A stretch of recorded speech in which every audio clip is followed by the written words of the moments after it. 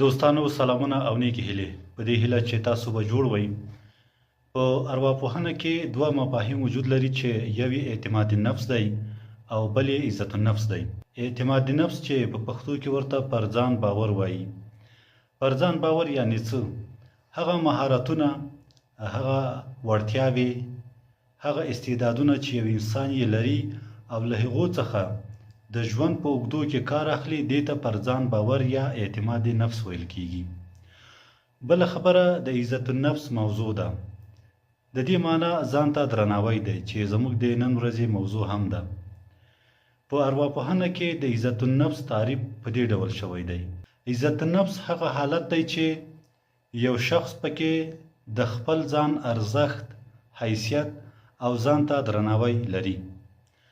دغه کس د خپل ځان په اړه مثبت احساس او باور لري او د نورو خلکو د نظرونو پر اساس خپل ژوند او خپل باورونه نه ټاکي. عزت النفس د یو کس په رواني روغتیا، اعتماد نفس او ټولنیزو اړیکو کې ډیر مهم رول لري. که چیرې عزت النفس لوړ وي، نو انسان کولی شي چې له چیلنجونو سره په غوره توګه مخامخ شي او د ژوند په مختلفو اړخونو کې بریالی وي. اوس راځو دې ته چې عزت النفس یا ځان ته درناوی. ځان ته درناوی په څه معنی؟ ځان ته درناوی څنګه کیږي؟ ډیر خلک شاید دا ووایي چې درناوی یا احترام د نورو خلکو کیږي، خو دلته ارواپوهنه وایي چې انسان باید له هر څه د مخه خپل ځان ته درناوی ولري. ارواپوهنه وایي چې ځان ته درناوی د انسان د بریالیتوب او پرمختګ لپاره یو مهم اصل هم دی. هغه کسان چې ځان ته درناوی نه لري د ژوند په ډیرو چارو کې پاتې راغلي، یا په اصطلاح د هغوی ژوند نیمګړی او له ستونزو څخه ډک دی. انسان باید له ځان سره داسې چلند او داسې رفتار وکړي لکه یو څوک چې د ژوند در ټولو نږدې کس سره کوي. تاسو به خپل اولادونه تجربه کړي وي چې تاسو څومره هغوی سره مینه لرئ، هغوی ته څومره ناز ورکوئ، د هغوی د خوشحالولو لپاره څومره سختي په ځان ګالئ. همدا ډول خپل ځان هم باید د خپل نازولي ماشوم په څیر په تاسو ګران وي او همدا ډول چلند او رفتار ورسره وکړئ. دلته د هغو کسانو یو څو مثالونه راوړو چې دوی عزت النفس نه لري، یعنی ځان ته درناوی نه لري. همدغه مثالونه یا بیلګې زموږ او تاسې د دې ورځې موضوع په بشپړه توګه تشریح کوي او هم موږ او تاسو ته د حل لارې راښیي چې څنګه کولی شو لومړی عزت النفس وپېژنو، ځان ته درناوی وپېژنو، د هغې ارزښت وپېژنو چې په ژوند کې موږ او تاسو لپاره څومره ارزښت لري، زموږ او تاسو په بریالیتوبونو او ناکامیو باندې څومره اغیزه لري، او وروسته یې بیا په عملي ژوند کې پلی کړو. لومړي مثال ته راځو. شاید تاسو به هم د حالت تجربه کړی وي، یا مو شاید په نورو همزولو دوستانو کې دغه حالت لیدلی وي، په هغو کې مو درک کړی وي. یوه ډله خلک، یوه ډله ځوانان یا یوه ډله همزولي یا د یو کاروبار ملګري دا ځي یو مارکیټ ته داخلیږي. په مارکیټ کې د ځان لپاره د مثال په ډول یا جامې اخلي، یا بوټان اخلي، یا نور توکي اخلي. ټول کسان کوشش کوي چې د ځان لپاره ښه توکي خوښ کړي، خو هغه کسان یا هغه کس چې عزت النفس نه لري، یعنی ځان ته درناوی نه لري، هغه تر ټولو ټیټ او بیکاره انتخاب کوي، ځکه چې دی په خپله ځان ته درناوی نه لري او ځان بې ارزښته ګڼي، نو په دې اساس بې ارزښته انتخاب هم کوي. دا یو مثال. دویم مثال دا دی چې یو ډله کسان هوټل ته ننوځي او په هوټل کې د خوړو فرمایش ورکوي، یعنی دوی ځان ته خواړه راغواړي. نو هغه کس چې اعتماد نفس ډیر کمزوری وي یا ځان ته درناوی نه لري، نو هغه کوشش کوي چې کمزوری او بې ذوقه انتخاب وکړي، ځکه دی احساس کوي چې په دې ډله کې تر ټولو ټیټ انسان همدا ده، نو د ځان لپاره ډیر ټیټ انتخاب کوي. همدا ډول یو بل مثال ورکوو چې یو ډله کسان یا یوه ډله همزولي ملګري یو محفل ته داخلیږي، د مثال په ډول یوې حجرې ته داخلیږي. ټول کسان کوشش کوي چې د حجرې په بر سر کې کیني هغلته. نو هغه کس چې عزت النفس یا ځان ته درناوی نه لري یا ډیر کمزوری ده، نو هغه کوشش کوي چې د دې ډلې یا د دې حجرې په اخري برخه کې کینی، ځکه چې دی له ځان سره دا انګیري چې زه یو ډېر ټیټ انسان یم په دې کسانو کې، نو زه باید لاندې کینم. دغه یو بل مثال دی. بل مثال یو وروستی مثال دا ده چې یوې ډله خلکو ته کار ویشل کیږي، نو هغه کس چې عزت النفس یې ډېر کمزوری وي یا ځان ته درناوی نه لري، نو کوشش کوي چې په دغه کار کې هغه د کار ډیره بیکاره برخه ځان ته انتخاب کړي او ډیره ټیټه برخه ځان ته انتخاب کړي، ځکه چې دی وایي چې زه عزت النفس یا ځان ته درناوی نه لرم، نو تر ټولو بیکاره او ټیټ کار باید زه انتخاب کړم تر څو نور خوشحاله کړم او ځان خفه کړم. دا څو هغه ساده مثالونه وو، شاید چې په ژوند کې په تاسو هم تیر شوي وي یا تیریږي یا په نورو ځوانانو کې هم لیدلی وي. یعنی عزت النفس هغه حالت ته ویل کیږي چې په هغه کې انسان ډیر ټیټ انتخاب کوي، ډیر کمزوری انتخاب کوي، او په هغه حالت کې انسان ته ځان بې ارزښته معلومیږي یا ډیر ټیټ معلومیږي. دوستانو په دغه ځای کې باید یوه یادونه باید وکړو چې تاسو ته هم دا پوښتنه باید پیدا شي چې په ځینو وختونو کې خبره دلته د درناوي او شرم مطرح کیږي.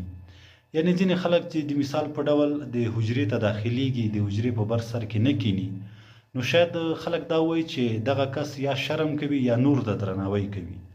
خو دلته یوه باریکه موضوع په عزت النفس کې او په شرم کې دا ده چې په شرم کې په زړه کې د شرم احساس موجود وي، اراده د شرم وي، او په عزت النفس کې چې کله یو انسان دغه ډول کړنه ترسره کوي، د ده په اراده کې شرم موجود نه وي، بلکې د ده په اراده کې د ځان ټیټوالی شامل وي. یعنی دی په ځان باور لري چې زه ټیټ انسان یم، باید شاته کینم، یعنی ملګرو یا د همزولو څخه وروسته لاړ شم.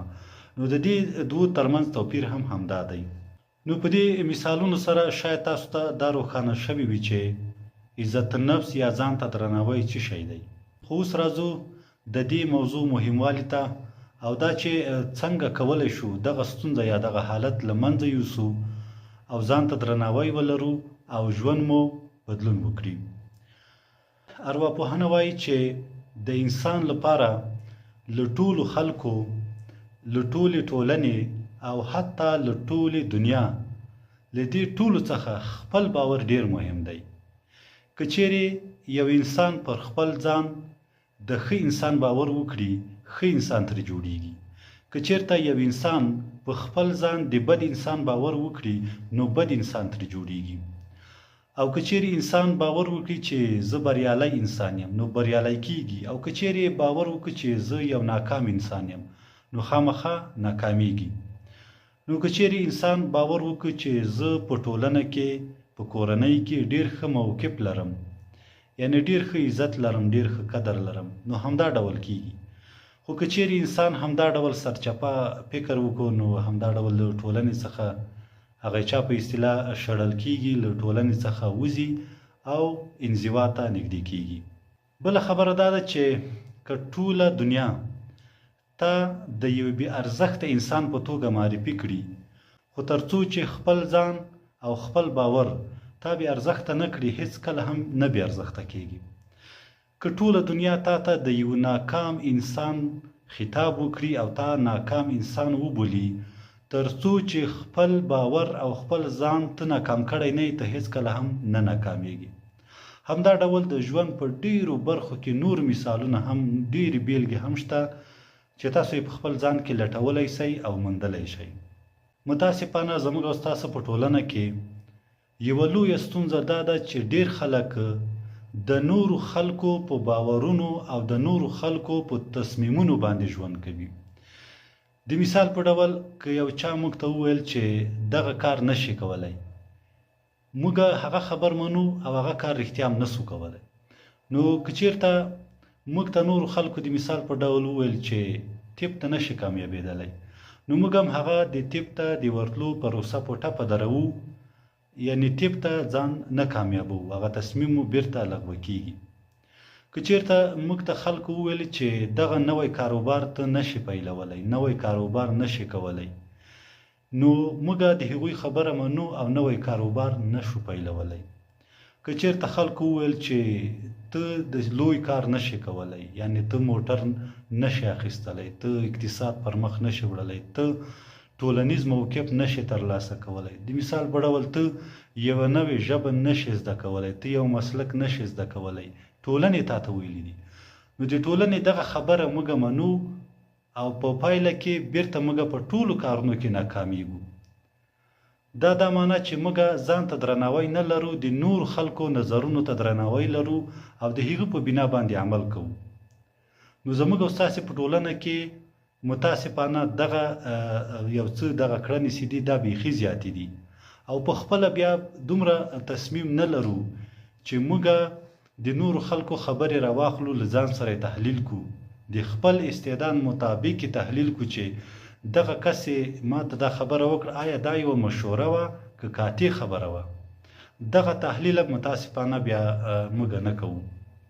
راځو دې ته چې عزت النفس یا ځان ته درناوی په انسان کې کله را پیدا کیږي، یعنی دغه خواص په انسان کې له څه وخت راهیسې صورت نیسي، یعنی کله را پیدا کیږي او د ژوند په اوږدو کې بیا څنګه عملي ژوند ته را داخلیږي. ارواپوهنه وایي چې عزت النفس یا ځان ته درناوی له ماشومتوب څخه پیلیږي، حتی له 3 کلنۍ څخه پیلیږي او د ژوند په بیلابیله پړاوونو کې پخیږي او عملي ژوند ته را داخلیږي. تاسو به خپل ماشومان تجربه کړي وي یا به مو د نورو خلکو ماشومان تجربه کړي وي که خپل ماشومان نه لرئ. ځینې ماشومان دي چې همیشه د مور او پلار سره، د خپل کورنۍ سره او د خپل شاوخوا کسانو سره شخړې کوي. دغه ماشومان له شاوخوا کسانو څخه د لوبو وسایل غواړي، جامې غواړي، پیسې غواړي، ښه خواړه غواړي، چکر غواړي او نور داسې. که څه هم دغه ماشومان په ټولنه کې د شوخو او سپین سترګو ماشومانو په توګه معرفي کیږي او د دوی والدین هم دې کار ته ډیر اندېښمن وي. دوی وایي چې ماشوم یې په ماشومتوب کې لا دا ډول چلند له دوی سره کوي، نو که چېرته دغه لوی څه نو شاید د خبره ونه مني. خو په اصل کې دغه ډول ماشومان چې دي دغه عزت النفس یا ځان ته درناوی ډیر لري او ځان پې ګران ده، نو ځکه د خپل ځان لپاره له نورو خلکو سره شخړې کوي او په زور خپل حق ترې غواړي او په زور ځان ته وسایل ترې غواړي، په زور ځان ته د خوشحالولو وسایل غواړي. دغه ډول ارواپوهنه وایي چې دغه ډول ماشومان په لویوالي کې ډیر بریالي، پر ځان باوري، جرأتمند، پیاوړي او ډیر لوی کسان وي.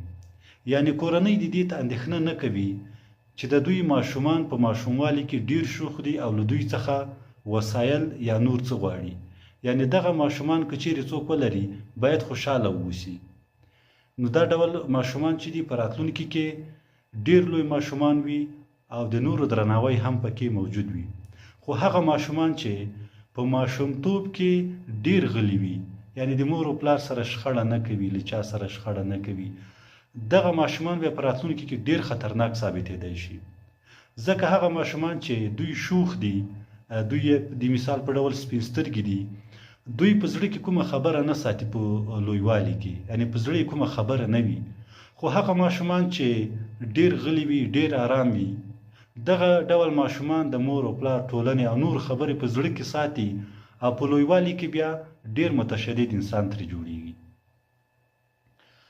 خو دلته راځو چې د عزت النفس د پیاوړي کولو لپاره څه باید وکړو. یو خو هغه مثالونه و چې موږ او تاسو د دې لوست په سر کې واورول، یعنی هغه کارونه چې پخوا موږ ته شرم ښکارېده، یعنی پخوا موږ ته ځان ته درناوی نه ښکارېده، د نورو درناوی هم کوو. له دې وروسته باید د نورو درناوي ترڅنګ ځان ته هم درناوی ولرو. او د دې ترڅنګ یو څو لیکلې لارې چارې شته چې غواړم یې له تاسو سره شریک کړم او د ژوند په اوږدو کې شاید له تاسو سره ډېره مرسته وکړي. د عزت النفس یا ځان ته درناوي د پیاوړي کولو لپاره یو څو لارې چارې. اول ځان ته پاملرنه ده. پاملرنه په څه معنا؟ پاملرنه په دې معنا چې ځینې خلک ځان ته دوکه ورکوي.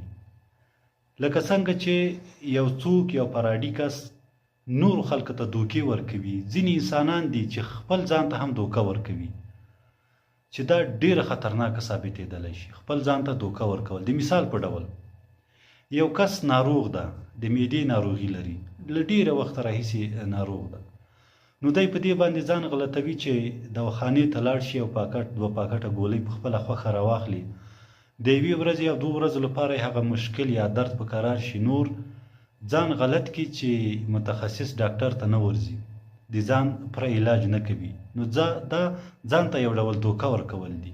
ډیر خلک به تاسو لیدلی وي چې دغه ډول عمل له ځان سره کوي، چې دا ډیر بیکار عمل دی او د انسان ډیر په زیان باندې ده. خو دغه ته باید انسان توجه وکړي. کله چې انسان هم ناروغ وي، لومړی باید د ځان د ناروغي غم وکړي، ځکه چې صحت لومړیتوب دی. او د دې ترڅنګ د ناروغي ترڅنګ ښه خواړه باید انسان ولري. یو انسان دا ډیر ټیټ انتخاب کوي، ډیر هغه ضعیف انتخاب کوي په خوړو کې، خو نه، انسان باید لوړ انتخاب وکړي. هغه خواړه چې په ده باندې بد لګیږي، دی حساسیت ورسره لري، هغه ونه خوري. خو ځینې خلک همدغه شی دي چې هغه خواړه چې په ده باندې بد لګیږي یا له ده سره حساسیت لري هغه خوري، یا یې له شرمه خوري یا یې له مجبوري خوري. نو په دې کې باید بدلون راولي، خلکو ته ووایي، خلکو سره دا خبر شریکه کړي چې دغه خواړه په ما بد لګیږي. دوی دغه ټول خبرې هر څه چې دي په زړه کې ساتلي وي.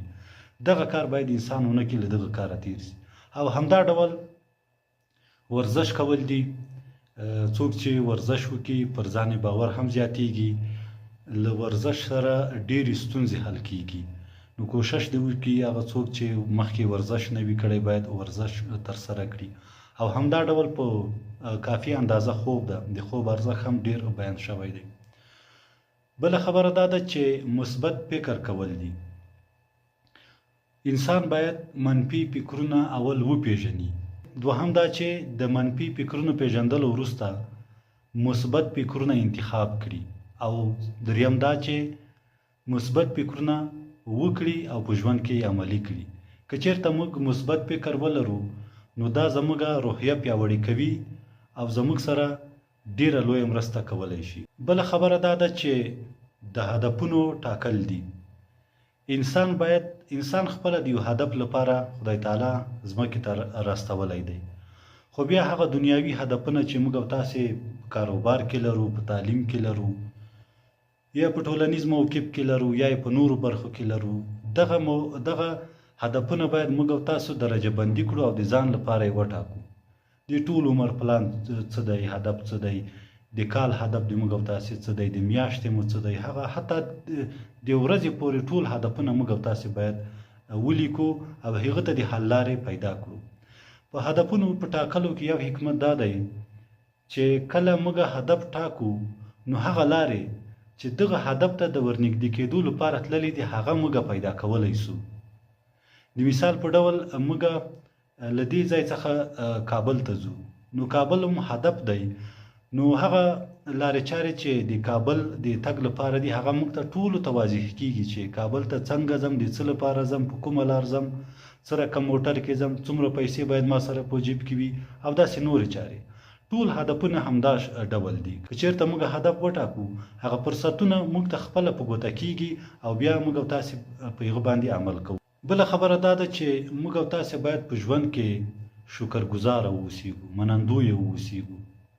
هغه څه چې موږ یې لرو، که هغه په جسم کې وي، که هغه په مادي دنیا کې وي، که هغه زموږ او تاسې کورنۍ وي، که هغه زموږ او تاسې ښه دوستان وي، یا نور څه وي، وسایل وي، کاروباري وسایل وي، حتی تر کمپیوټره پورې، تر موبایله پورې، په دې ټولو شیانو باید موږ او تاسې شکر وباسو. ځکه چې که چېرته موږ منفي شیانو ته متوجه اوسو نو ټول ژوند به مو منفي وي. نو که چېرته هغه وسایل، هغه امکانات چې موږ لرو هغو ته متوجه اوسو نو دا زموږ او تاسې په ژوند کې نوره هم ډېرېږي. نو شکر ایستنه د ژوند په ټولو اړخونو کې باید ترسره شي. بله خبره دا ده چې موږ او تاسو باید خپل مهارتونه وپېژنو.